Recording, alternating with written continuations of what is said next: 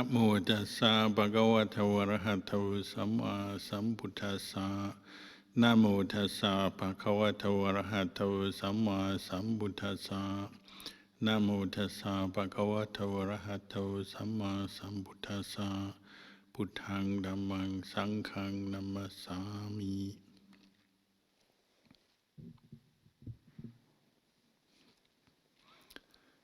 Blessings, good evening to you all.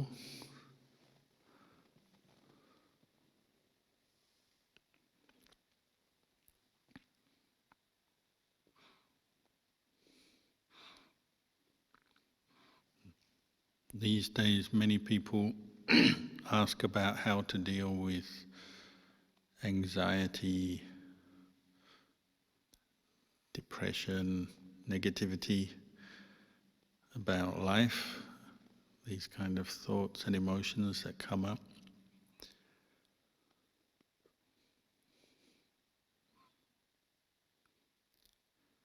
So the immediate antidote or way to deal with it is practice.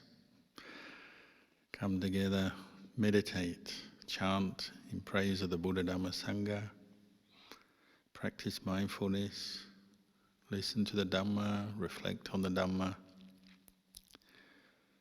This should all have an immediate uplifting effect on the mind.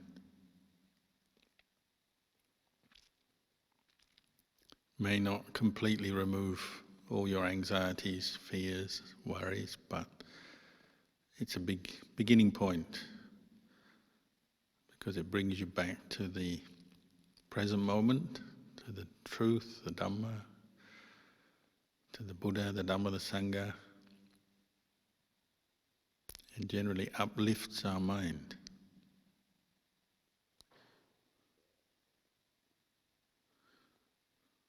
It's natural when you watch a lot of news these days. The news tends to be quite depressing. As everyone says, there's one thing after another. Pandemic, war, flooding, economic crisis. Seems to be endless, the problems facing humanity. But this is nothing new. This is the way the world is. The way the world is, it's just an imperfect place. Even without human activity, the world is an imperfect place. And things happen. It's not always predictable. It's not always to our liking, not always convenient, and sometimes it's even just dangerous. And then you add in human activity, which is often not coming from a place of wisdom or compassion. It just increases the problems of the world.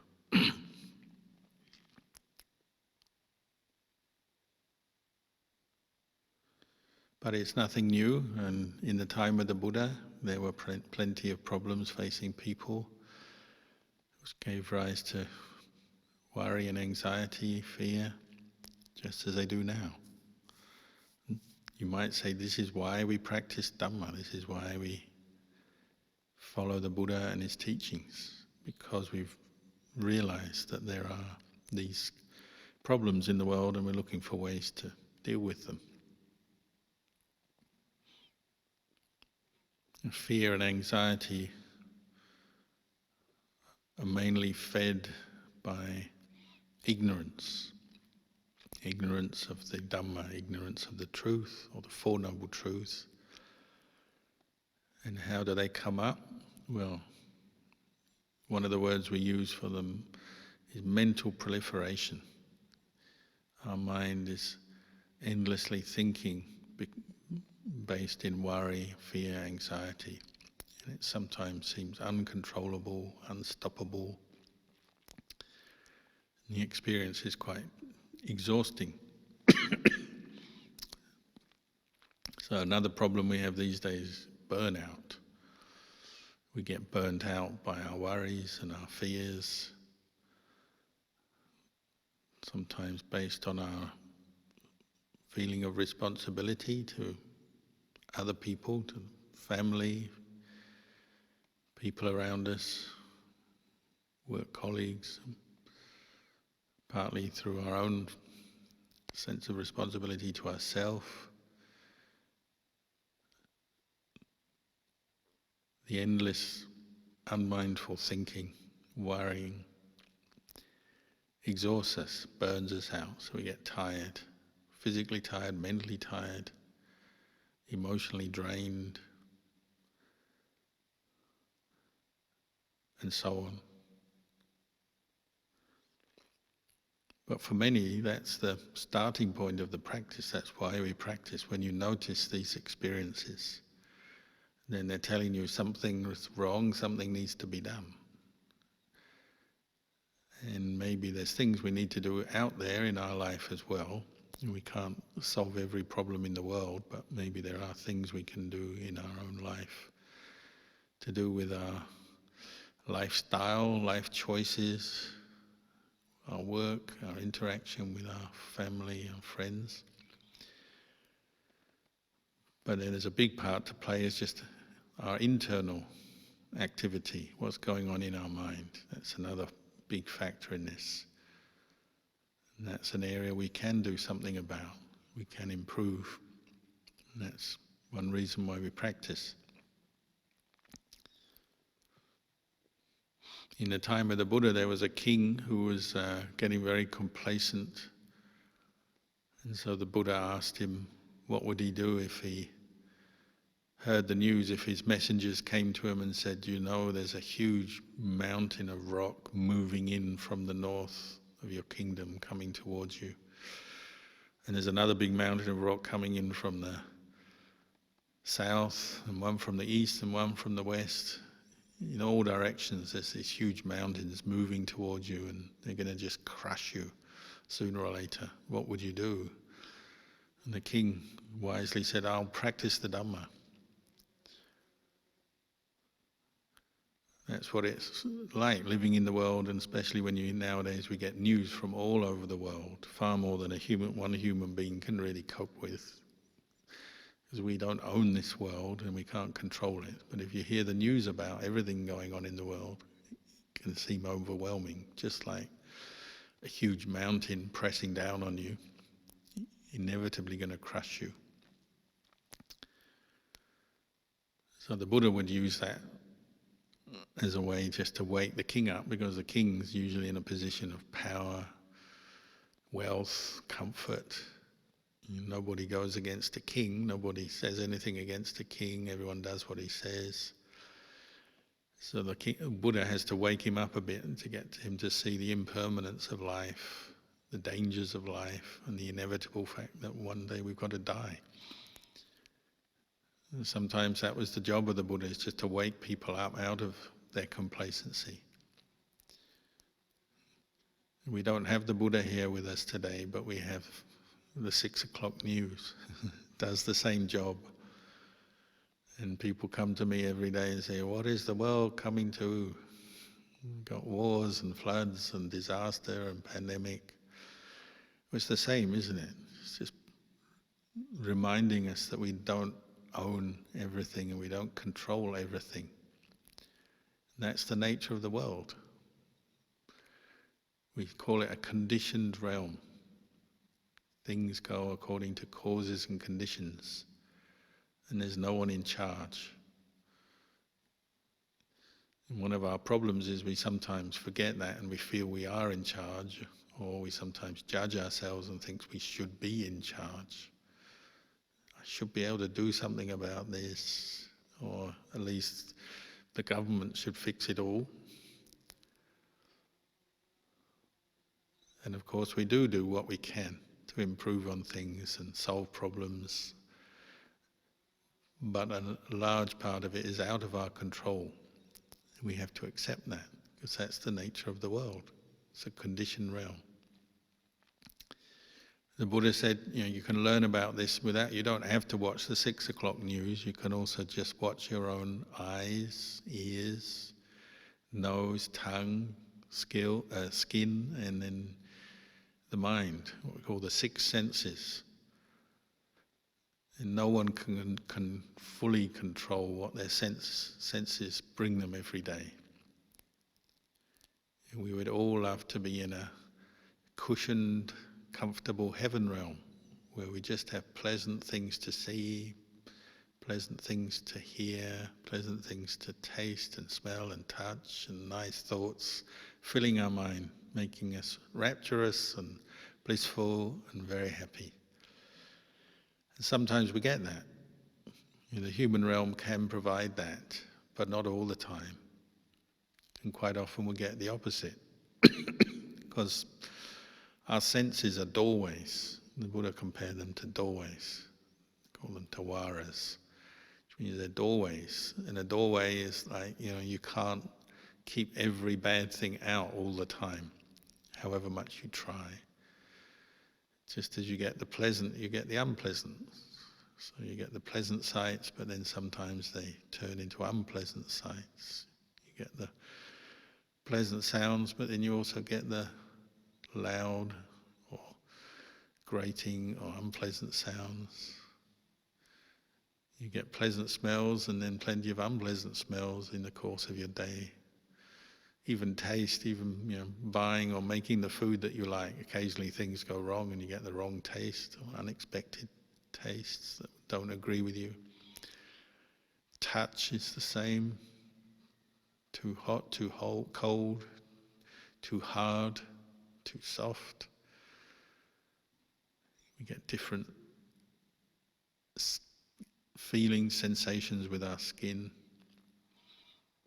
And of course the mind is throwing up all kinds of ideas and images and concepts and thoughts, not all to our liking. So once you've got these doorways, these 6 senses, they don't just bring us pleasant things all the time, because the nature of the world, it's a conditioned place and it's imperfect, it's mixed up with dukkha, it's changing all the time. So some of our sense contact is unpleasant. But what the Buddha encouraged us to do is to know it, to develop this ability to know what our senses are doing, to be mindful, to be aware, and to contemplate. And in essence, we develop enough mindfulness and wisdom to be able to see that's just the way things are. So when unpleasant things come our way, we don't want them, and we're within our right to try and avoid them and minimize them, but you'll never completely escape from unpleasant experiences. But you can know them and just know, this is how it is at the moment. There's this unpleasant feeling, unpleasant situation has arisen, even if it's extreme, like flooding or war. It's not anything that anyone would wish for in their life, but it happens, and we can know it. It's like this. Or if we're not experiencing directly, well, we hear about other people experiencing these things, and we can know that information, those people are suffering in that way. It's like this, when you have a feeling maybe of empathy with other people suffering, or your own feelings of fear, worry about what might happen to you, you can know that. You can know what your senses are telling you, and you can know what's arising, whether it's pleasant or it's unpleasant. It's this kind of knowing that actually frees our mind from stress, anxiety, suffering. But we have to practice. We have to train ourselves to know our experience. And this is why practicing meditation, listening to the Dhamma is so useful. It's training that ability to know and reflect on experience better. That's where we can really change our lives for the better, improve ourselves.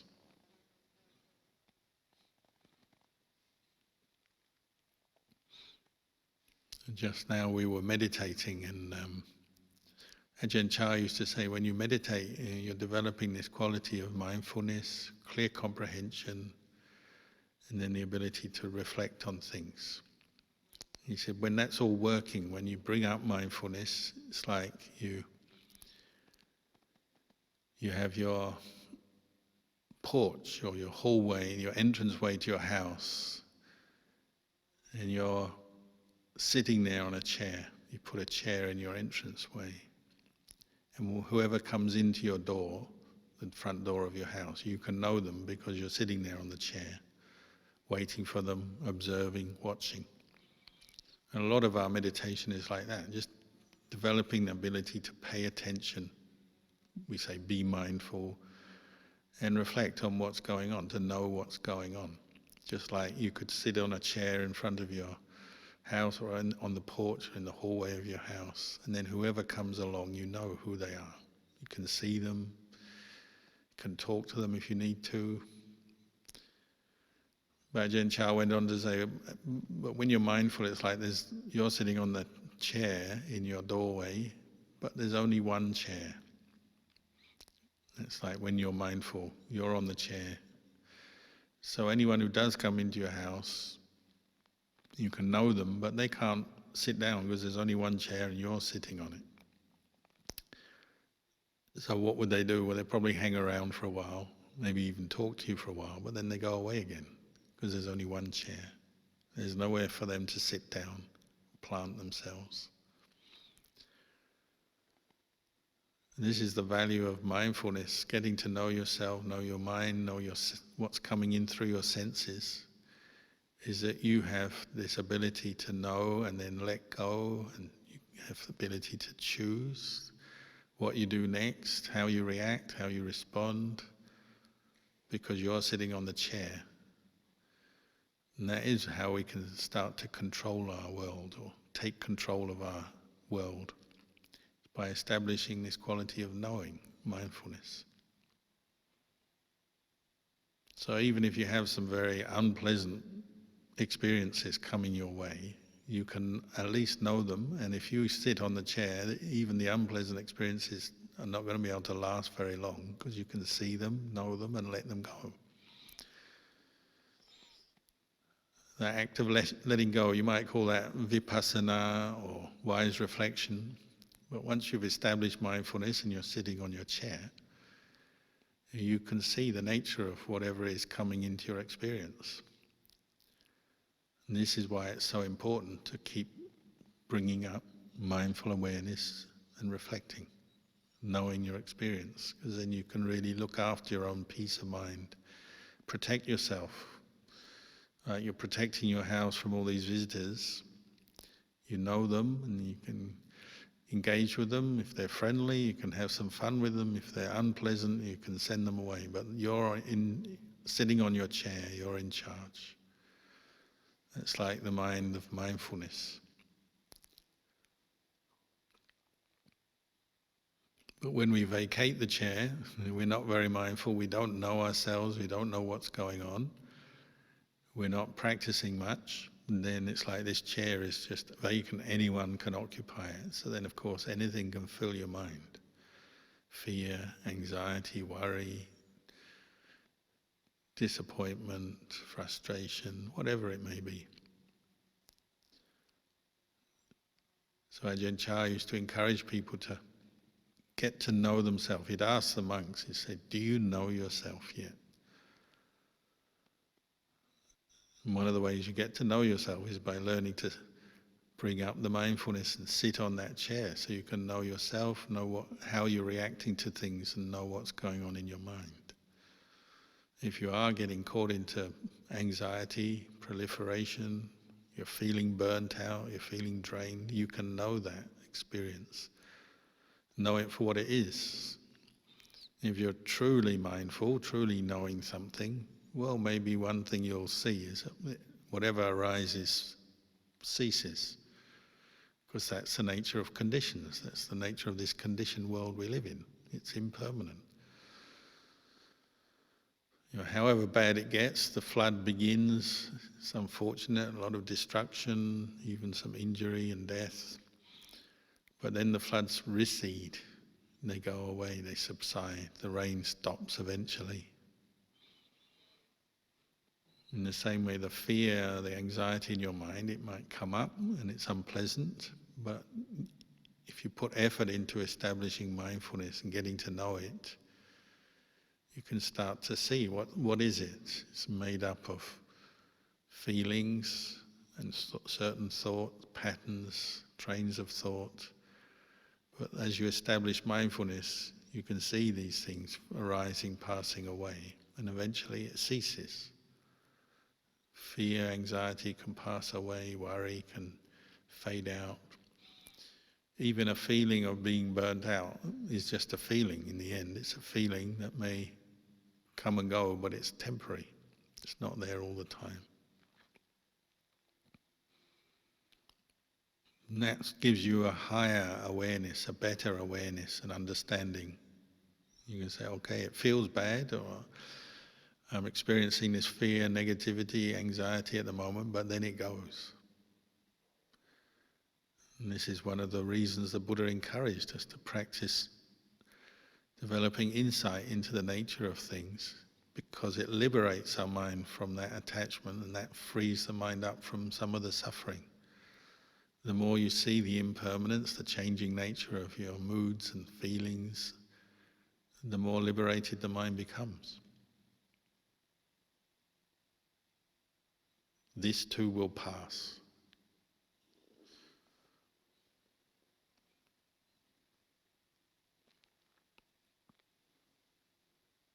And this is something we can all practice. This is something everybody has the opportunity to develop, this kind of wisdom and insight.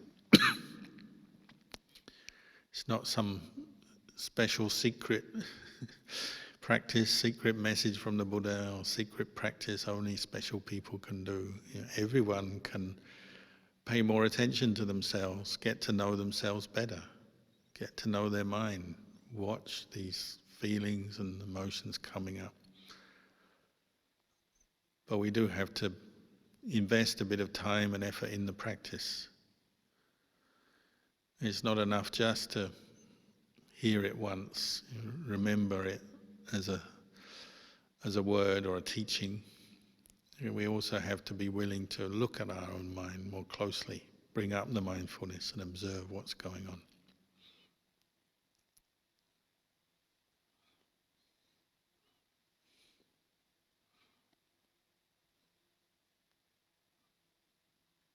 So everything the Buddha is teaching is feeding back into our mind, helping us to get to know ourselves and to know what is suffering. So if you're feeling fear, anxiety, well, it's also an insight, isn't it? To know, well, this is suffering. This is something to be abandoned, let go of. You know, if I'm suffering, why cling on to it? It may be difficult to let go of. Things take time to let go of, but you get the right understanding first. Another part of the path is to bring up the opposite. So what is the opposite of fear? Well, non-fear tends to be a state of awareness and compassion.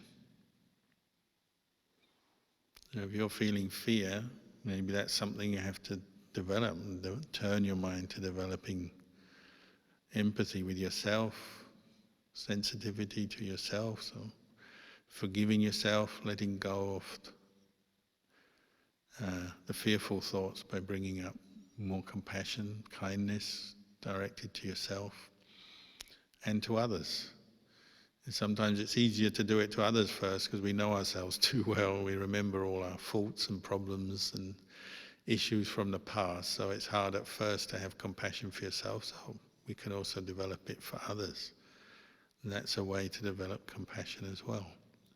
So when you hear the news that brings anxiety, well, send your thoughts to those people, whoever it is on the news, and wish them to be free from suffering. May their problems be over. At least you establish that intention first. The thought based in kindness, compassion, understanding. If it's easier to do it with other people, then develop it for all the people you hear about, and then come back to yourself. The aim is to develop it in all directions with all people, so equally for yourself and others. You just see what works first.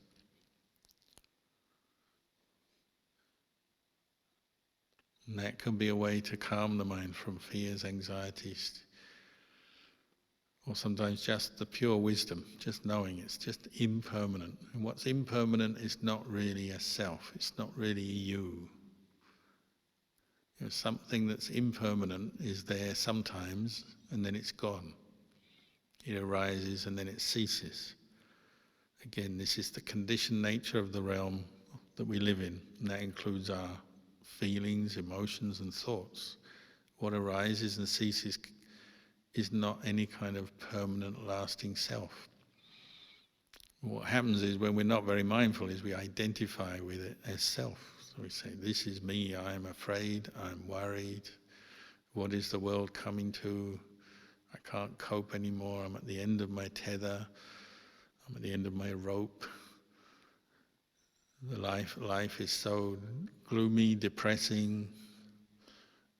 What that really means is at that moment we're not seeing the impermanent nature of our own thoughts and feelings, and we're holding on to them with this feeling of self. We say we identify with them, we create a self. But when we start investigating impermanence, we're seeing, oh, it's actually an illusion, isn't it? That's that thought that you clung to as yourself. Where is it now? It was there a moment ago, but where's it gone now? As soon as you establish mindfulness, it starts to fade out. If you keep practicing this regularly, keep investigating, looking at your own mind, and you start to realize a lot of things you're identifying with as self are actually a delusion. Ajahn Chah's way of teaching this, he said, don't believe it. That voice that says, this is me, my fear, my worry, my problem, my gloomy world that I've fallen into. And don't believe it's just a thought. It's just a feeling, and it arises and it passes away. And then there's a gap, isn't it? Even if it is a recurring feeling, and unfortunately we often fall into kind of patterns of disappointment, worry, anxiety, but there'll be gaps. Every thought has a gap until the next thought, trains of thought, images, feelings in the body, feelings in the mind.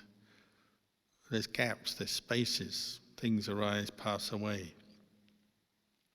We change our attention, we put attention elsewhere.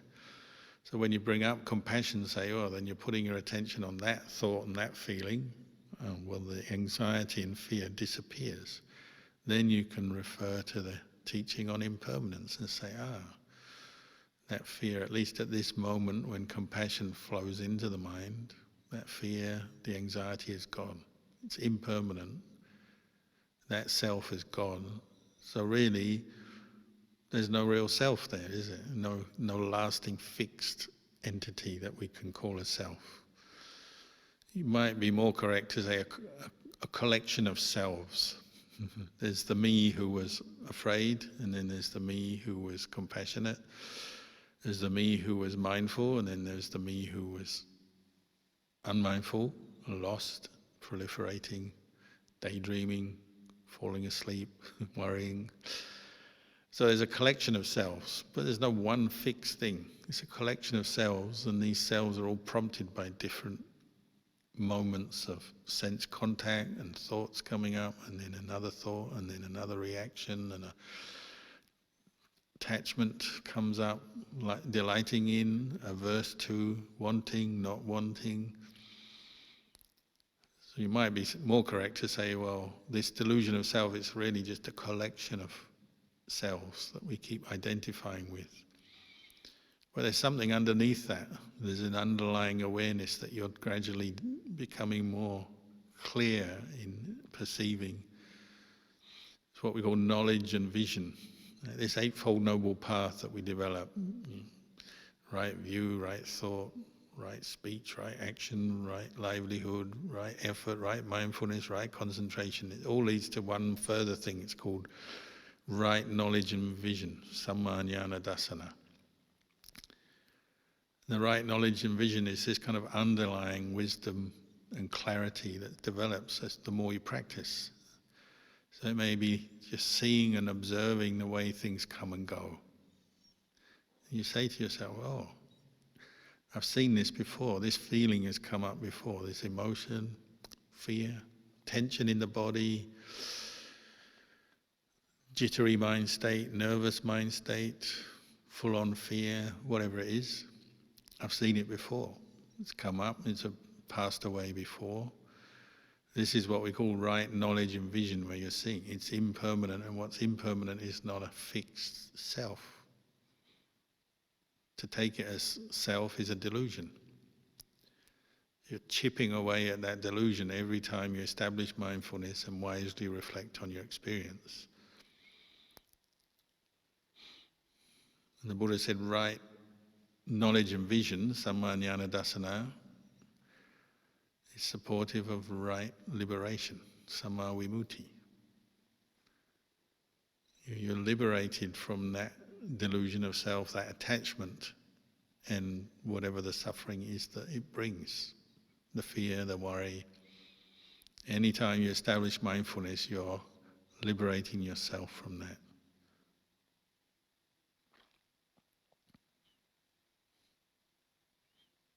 So it's like a crack in the clouds and the sun or the moon comes out.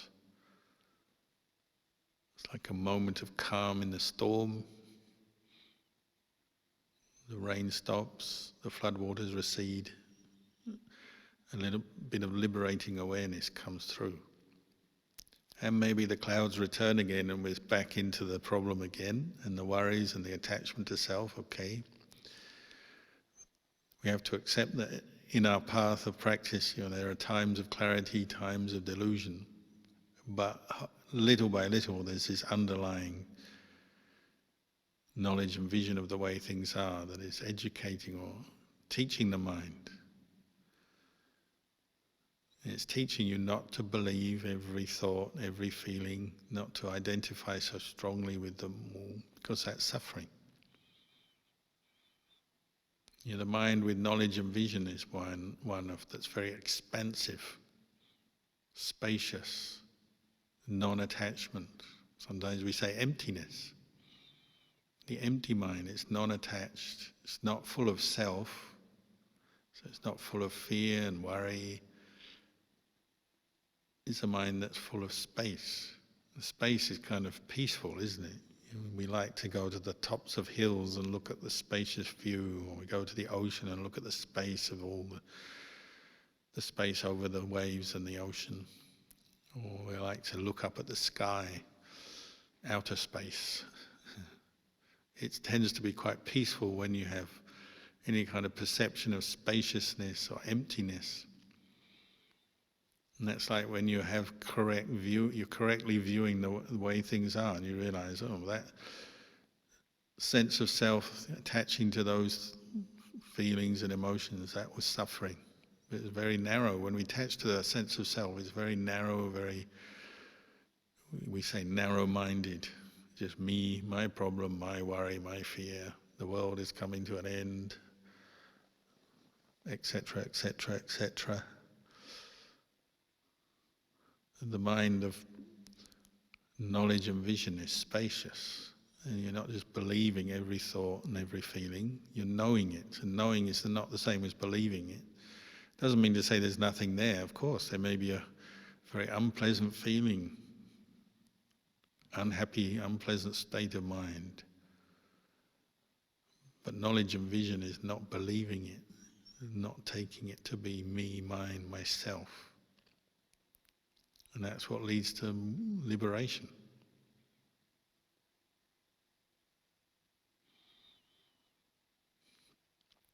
So it's not really that the world is getting worse. The problems of the world have always been there.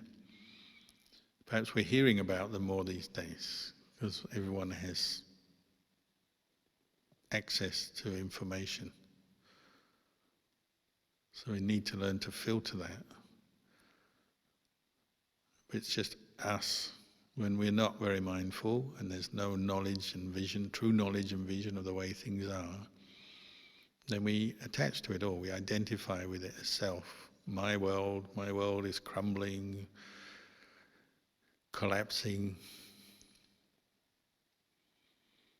But true knowledge and vision isn't crumbling and collapsing. The more you incline towards that, the spaciousness of the mind, the openness of the mind, the non-proliferation, the non-worrying, non-fearful mind,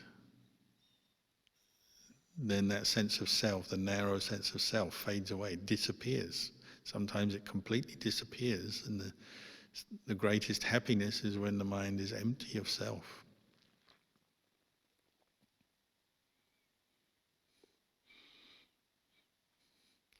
So the mind of non-proliferation is happiness, just like the world without nuclear bombs proliferating is a happy world. We say non-proliferation. We sign non-proliferation treaties to get rid of the nuclear weapons of the world, reduce them, get rid of them. Non-proliferation treaties in our mind is when you establish mindfulness and insight into impermanence. This takes away the proliferation. You stop believing all those negative thoughts that bring suffering, and the mind goes to a place of clarity, clear knowledge, clear vision, and liberation. So this is why we're practicing. This is the direction of our practice: non-proliferation, clarity, knowledge, vision. And I encourage you all to keep doing it, because the more we practice, the better things will be for all of us.